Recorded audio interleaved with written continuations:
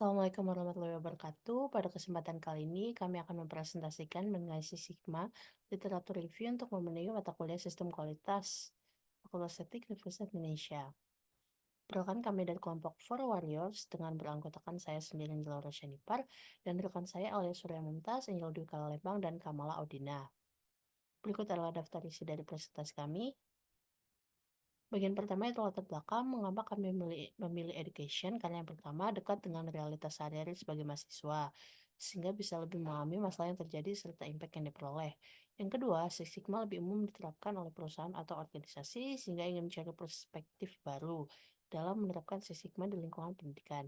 Yang ketiga, dapat memberikan wawasan yang berharga sebagai persiapan tugas besar QI.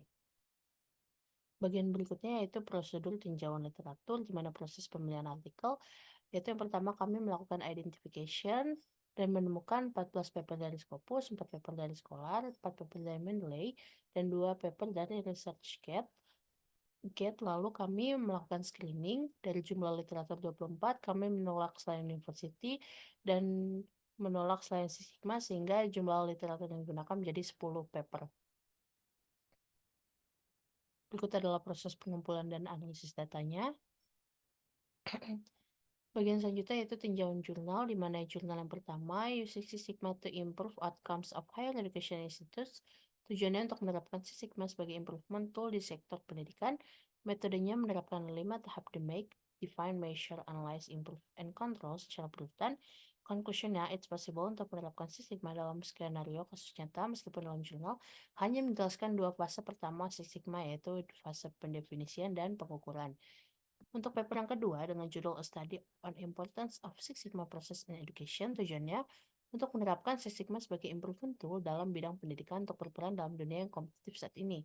Metode yang digunakan analitik maupun deskriptif dalam penggambarannya menggunakan 5 tahap DMAIC. Conclusionnya, di era persaingan ini dan pentingnya kualitas, Six Sigma akan segera menjadi suatu kebutuhan. Pada akhirnya, Six Sigma adalah strategi luar biasa dalam menangani masalah organisasi, perusahaan, dan infrastruktur. Untuk paper yang ketiga dengan judul The Effect of Implementing a Six Sigma Approach in Improving the Quality of Higher Education Institution in Bahrain. Tujuannya menerapkan Six Sigma sebagai improvement tool di sektor pendidikan. Metodenya menggunakan prinsip Six Sigma DMAIC.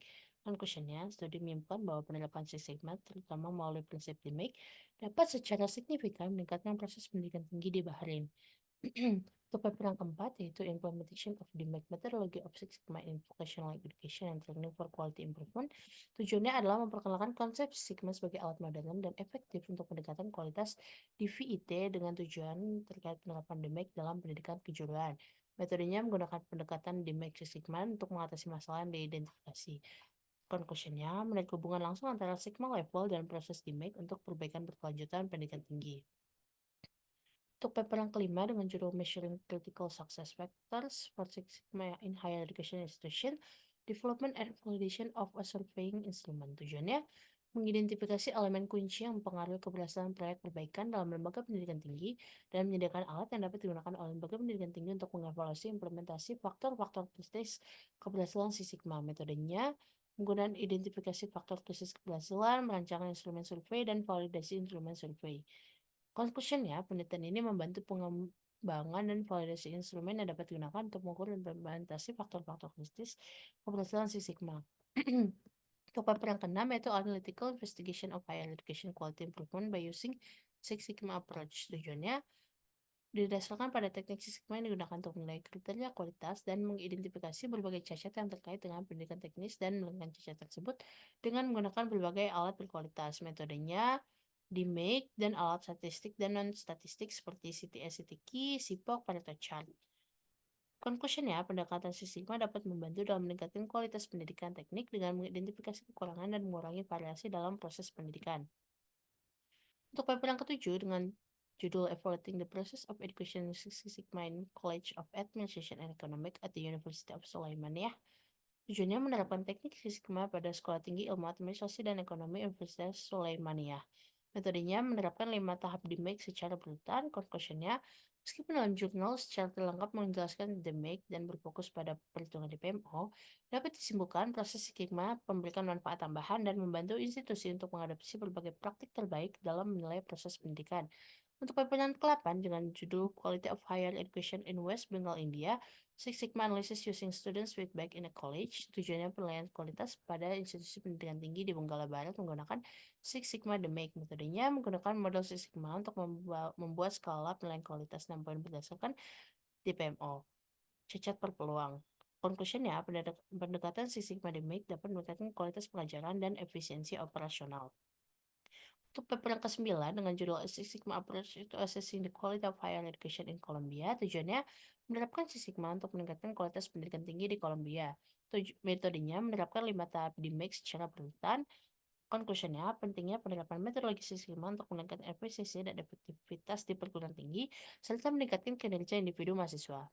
Untuk paper yang terakhir yaitu An Assessment of Quality of Higher Education Using Six Sigma, A Study in West Bengal, India, tujuannya menggabungkan Six Sigma dengan pengembangan dan peningkatan institusi pendidikan tinggi menuju lebih baik.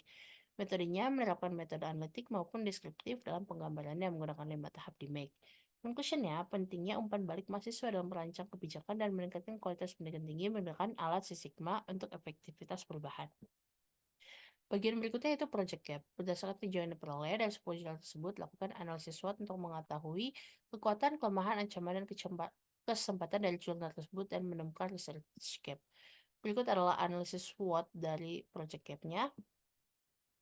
Berdasarkan pengumpulan data dari 10 jurnal tadi diperoleh, grafik pertama menunjukkan bahwa antara tahun 2018 sampai 2024 rata-rata hanya 2 jurnal diterbitkan setiap tahun mengenai penggunaan Six Sigma di perguruan tinggi, namun jumlah tersebut meningkat menjadi 3 jurnal per tahun pada tahun 2019. Untuk grafik yang kedua, yaitu menunjukkan ada 10 jurnal diterbitkan dari 5 negara berbeda dengan distribusi geografis umum di benua Asia. Sekitar 50% jurnal diterbitkan dari India dan sisanya 10% dari masing-masing berasal dari Arab, Meksiko, Bahrain, Kuwait, dan Kolombia. Grafik yang ketiga menunjukkan sebanyak 14,7% literatur menggunakan tools SIPOC, supplier input, process output, dan customer dalam penelitiannya. 11,76% menggunakan tools FMEA, SPC, dan Pareto Charts. Tool Fishbone sebanyak 8,8%, diikuti tools Flowchart, TPMO, dan CTS-CTQ 5,88%, dan tools lainnya sebanyak 2,94%. Berdasarkan observasi tinjauan jurnal dan analisis SWOT, dapat diperoleh beberapa gap riset, yaitu yang pertama, publikasi jurnal mengenai penggunaan Six Sigma di perguruan tinggi paling banyak terdapat pada tahun 2019, yaitu 5 tahun yang lalu dari 2024. Yang kedua, negara yang paling banyak mempublikasikan jurnal mengenai penggunaan Six Sigma di perguruan tinggi adalah India. Yang ketiga, 10 jurnal yang telah direview menggunakan metode MAC dengan 6 diantaranya menggunakan bantuan kuesioner. Yang keempat, dari 10 jurnal yang paling baik digunakan berasal dari Scopus dan menilai dengan masing-masing 3 jurnal. Berikut adalah rekomendasi. Untuk riset selanjutnya, kami merekomendasikan yang pertama, penelitian selanjutnya dapat digunakan untuk mengukur tingkat pendidikan di negara-negara lain di berbagai benua. Yang kedua, untuk penelitian selanjutnya, selain kuesioner dapat digunakan sumber data alternatif seperti database nilai di universitas. Yang ketiga, beberapa tahun terakhir telah terjadi penurunan jumlah penelitian tentang Six Sigma di bidang pendidikan. Penelitian selanjutnya dapat dilakukan dengan menggunakan data terbaru seperti data tahun 2023 dan 2024. Yang keempat, beberapa tools belum banyak dikembangkan untuk mendukung setiap fase the make secara optimal. Oleh karena itu, untuk penelitian selanjutnya dapat dilakukan pengembangan lebih lanjut terhadap tools yang digunakan dalam setiap fase the make. Berikut adalah referensi yang kami gunakan. Sekian presentasi dari kelompok kami, kurang lebihnya mohon maaf. Wassalamualaikum warahmatullahi wabarakatuh. Terima kasih.